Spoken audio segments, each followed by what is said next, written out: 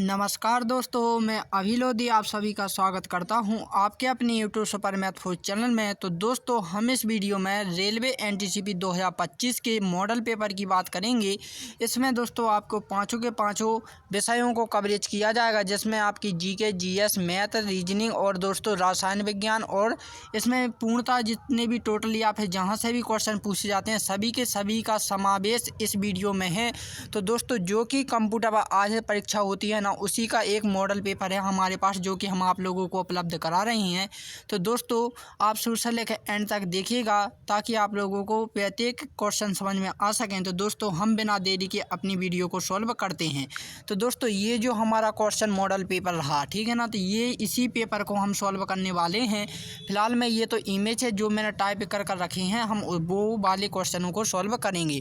तो ये पूरी की पूरी इमेज है जिसे हम सॉल्व करने वाले हैं। ठीक, तो दोस्तों यहाँ पर मैंने टाइप कर रखा है कि वंदे मातरम का नारा किसने दिया था। तो वेरी इंपॉर्टेंट क्वेश्चन है दोस्तों। जो मैं ये इमेज बताई है ना आप लोगों को, ये इसी का क्वेश्चन है, ठीक है ना, लेकिन यहाँ पर मैंने टाइप कर रखा है।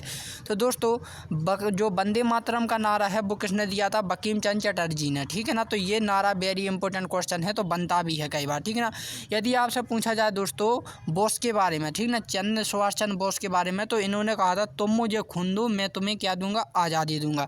यदि बात की जाए भगत सिंह की, भगत सिंह ने कौन सा क्या दिया था, नारा दिया था? तो इंकलाब जिंदाबाद इन्होंने दिया था, ठीक है ना। यदि मोहम्मद इकबाल की बात की जाए दोस्तों, तो एक मोहम्मद इकबाल ने कहा था कि सारे जहां से हिंदुस्तान हमारा, ठीक है ना, ये इन्होंने दिया था। तो ये चारों के चारों नारे important, very very important question है, तो आप नोट जरूर कर लें।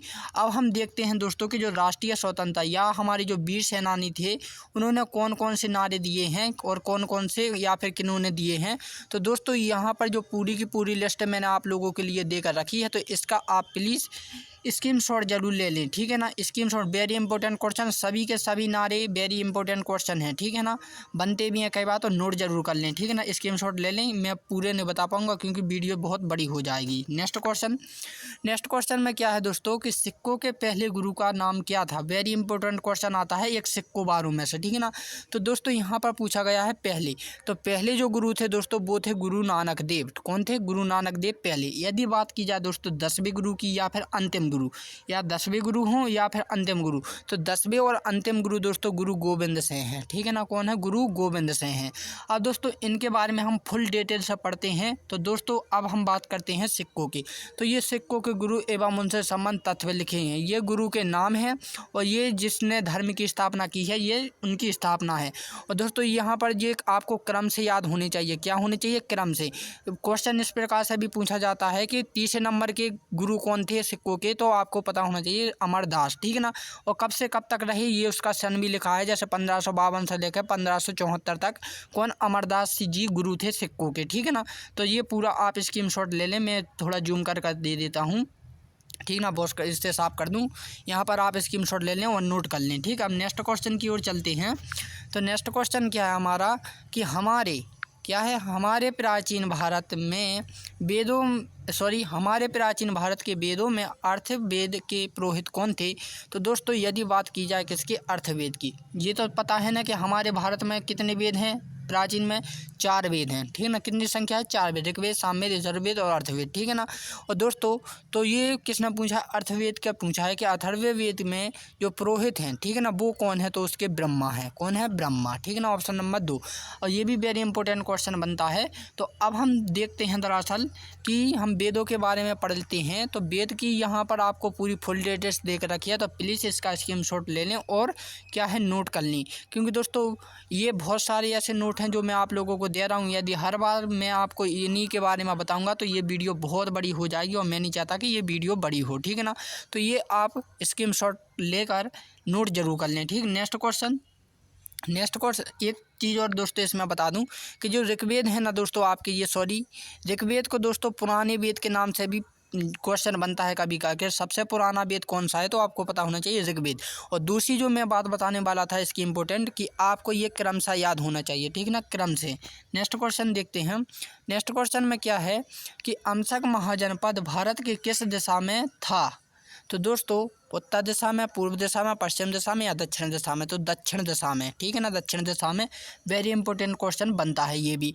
अब दोस्तों आप लोगों को एक डाउट होगा कि ये महाजनपद क्या होता है। तो जैसे कि दोस्तों हमारे भारत में अभी वर्तमान में कितने हैं, 28 राज्य हैं, ठीक ना। इसी प्रकार दोस्तों प्राचीन भारत में क्या थे, महाजनपद थे, यानी राज्यों को महाजनपद कहा जाता था पूरे अखंड भारत में, ठीक है ना। कितने थे, 16, उनकी संख्या कितनी थी, 16।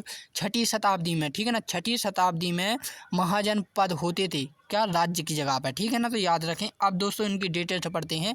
तो यहाँ पर पूरी डिटेल्स है और वेरी वेरी इंपॉर्टेंट क्वेश्चन बनता है, तो आप ज़रूर स्क्रीनशॉट ले लें इसका और लिख लें, टाइप कर लें। कभी कभार ये भी पूछ लिया, ये 1, 2 और ये 3, ये तीनों वेरी इंपॉर्टेंट क्वेश्चन बनते हैं। इनका स्थान भी आपको पता होना चाहिए, राजधानी भी, ठीक है ना। तो ये सब कुछ यहाँ पर डिटेल्स मैंने आप लोगों को उपलब्ध करा दी है। तो अब हम चलते हैं अपनी अगली क्वेश्चन की ओर। तो अगला जो क्वेश्चन है दोस्तों कि चंद्रगुप्त द्वितीय का शासनकाल किस सन से किस सन तक माना जाता था। तो यहाँ पर दोस्तों जो चंद्रगुप्त द्वितीय का शासनकाल था वो क्या था, 380 से लेकर 412 तक, ठीक है ना। किसका शासनकाल था, चंद्रगुप्त का, ठीक है ना, चंद्रगुप्त द्वितीय का। और बात की जाए दोस्तों यदि हम कि गुप्त वंश की स्थापना किसने की थी, तो आपको पता होना चाहिए कि श्रीगुप्त ने की थी, ठीक, किसने की थी, श्रीगुप्त ने। तो ये इंपॉर्टेंट क्वेश्चन बनता है दोस्तों कि वंश जो गुप्त वंश है उसकी स्थापना किसने की थी, तो श्रीगुप्त ने की थी, ये बनता है और कई बार पूछा भी जा चुका है, ठीक है ना। अब हम डिटेल पढ़ते हैं किसकी, गुप्त वंश की। यदि आपसे क्वेश्चन में पूछ लिया जाए कभी भी कि गुप्त वंश का शासनकाल कब से कब तक माना जाता है, ये था तो देखो चंद्रगुप्त द्वितीय का शासनकाल। लेकिन यदि आपसे पूछा जाए गुप्त वंश का है, ठीक है ना, तो गुप्त वंश का जो शासन है दोस्तों यहाँ पर सन लिखा है कि ना 275 से लेके 570 ईस्वी तक गुप्त वंश शासनकाल माना जाता है, ठीक है ना। यहाँ पर लिखा है, फिर यहाँ पर आगे क्या लिखा है कि गुप्त वंश की स्थापना श्रीगुप्त ने की थी, परंतु इसका वास्तविक संस्थापक चंद्रगुप्त प्रथम को माना जाता है। अब दोस्तों जो आपको यहाँ पर शासन के नाम यहाँ पर दिखाइए, ये वेरी वेरी इंपॉर्टेंट क्वेश्चन बनते हैं। यहाँ से आपको ये क्रम से याद होने चाहिए और उनके शासन काल भी यहाँ से आपको याद होना चाहिए, ठीक ना। ये चारों पांचों के पांचों इंपॉर्टेंट है और कई बार रिपीट भी हो चुके हैं। अब नेक्स्ट क्वेश्चन की ओर चलते हैं, इसका स्क्रीनशॉट ले लें और नोट कर लें। आप एक बार थोड़ा ये साफ कर दूँ, आप स्क्रीनशॉट ले लें और नोट कर लें, ठीक। अगला क्वेश्चन देखते हैं। अगला क्वेश्चन में क्या है कि हल्दी घाटी क्या है, हल्दी घाटी का युद्ध किन दो देशों के बीच में हुआ था, वेरी इंपॉर्टेंट क्वेश्चन है। तो हल्दी घाटी का युद्ध दोस्तों शाहजहां और राणा प्रताप के बीच में, सिकंदर और राणा प्रताप के बीच में, अकबर और राणा प्रताप के बीच में, औरंगजेब या फिर राणा प्रताप के बीच में। तो दोस्तों जो हल्दी घाटी का युद्ध हुआ था ना वो अकबर और राणा प्रताप के बीच में हुआ था। किन के बीच में हुआ था, ये वाला, ठीक है ना। अब हम पढ़ते हैं डिटेल से कि भारतीय इतिहास में, ठीक है ना, भारतीय इतिहास में कितनी युद्ध हुए हैं। तो भारतीय इतिहास के प्रमुख युद्धों का वर्णन मैंने आपको यहाँ पर नोट के तौर पर रखा है। तो यहाँ पर सब कुछ है दोस्तों, आपको कुछ नहीं छूटेगा। यहाँ पर जो ब्लैक जो हेडिंग थी डली है दोस्तों, जैसे कालिंग की लड़ाई, ये क्या है, युद्ध का नाम है और उसी का दोस्तों यहाँ पर सन भी डरा है। और दूसरी बात दोस्तों, ये किन किन दो राजाओं के बीच या फिर किन किन देशों के बीच में हुआ था, यहाँ पर पूरी डिटेल्स देकर रखी है। तो इसमें से मैं आपको इंपॉर्टेंट लड़ाइयाँ बता देता हूँ, युद्ध बता देता हूँ, वो आपको याद रखनी है। बाकी तो सभी नोट करने हैं, स्क्रीनशॉट ले लें और नोट जरूर कर लें, ठीक है ना। लेकिन इंपॉर्टेंट मैं आपको बताता हूँ। तो कालिंग की लड़ाई, सिंधी की लड़ाई, ठीक है ना, और यहाँ पर पानीपत, खानवा, घाघरा, ये पांचों इंपॉर्टेंट है। अगला प्रश्न देखते हैं हम, कन्नौज पानीपत का द्वितीय, ठीक है ना, हल्दी घाटी का, और प्लासी वाला और पानीपत का तृतीय, ठीक है ना। यहाँ पर ये 5 इंपॉर्टेंट क्वेश्चन है। अगला देखते हैं, अगला में क्या है दोस्तों, भारत चीन का युद्ध, ठीक ना, ये इंपॉर्टेंट है यहाँ से। और यहाँ पर दोस्तों ये तीनों के तीनों इंपॉर्टेंट है। तो जितने भी मैंने युद्ध बताए हैं दोस्तों, ये सभी के सभी इंपॉर्टेंट हैं। तो आप इन्हें नोट कर लें और याद कर लें, ठीक है। अब नेक्स्ट क्वेश्चन देखते हैं। तो नेक्स्ट क्वेश्चन क्या है कि 1024 मेगावाट में कितने गीगाबाइट मेमोरी होती है। ये कंप्यूटर से संबंधित क्वेश्चन है। आपने दोस्तों आपके मोबाइल में जो डाटा आता है ना, जैसे हम बोलते हैं 1 GB है, ठीक है ना, 2 GB आता है, 1.5 GB आता है, फिर बोलते हैं कि 1 MB 2 MB, ठीक है ना। तो इसी प्रकार दोस्तों जो मेगाबाइट है यानी MB, ठीक है, ये क्या है, MB।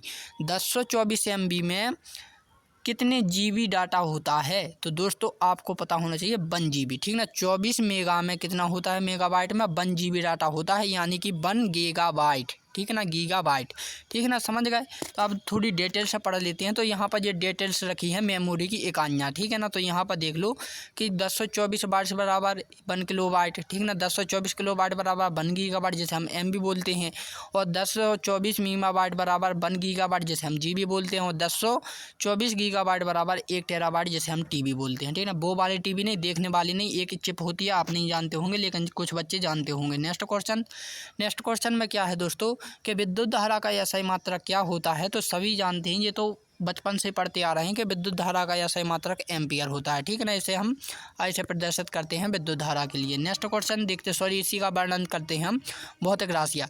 तो भौतिक राशियों से भी कई बार इंपॉर्टेंट क्वेश्चन बनती हैं, तो मैंने यहाँ पर पूरी की पूरी डिटेल्स देकर रखी है, आपको बस नोट करने हैं और याद करनी है। इतना तो आपका कर ही सकते हैं, दिन इतना कष्ट तो आप कर ही सकते हैं।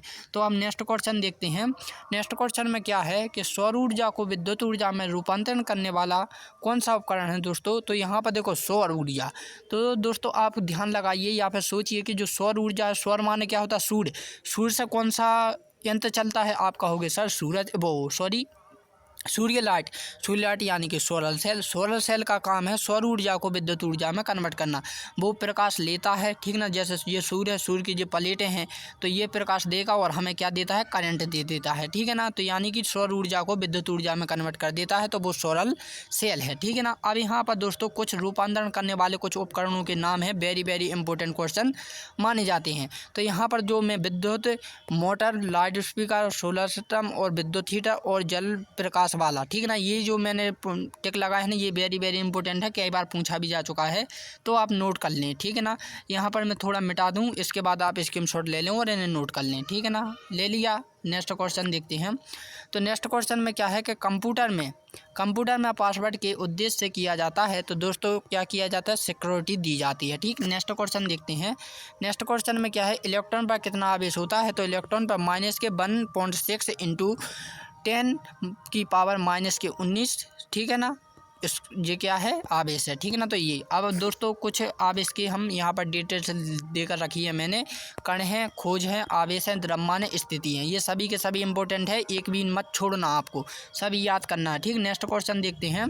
नेक्स्ट क्वेश्चन दोस्तों आपको रीजनिंग से रिलेटेड क्वेश्चन आएगा। तो ये रीजनिंग के रिलेटेड क्वेश्चन जितने भी मैं बताऊँगा दोस्तों, ये आपको प्रैक्टिस के तौर पर दिए कर रखूँगा मैं, ठीक है ना। तो जितने भी जो क्वेश्चन है दोस्तों मैं आपको अगली वीडियो में बताऊंगा। तो अगली वीडियो के लिए दोस्तों आप इसी यूट्यूब चैनल के साथ बने रहिएगा।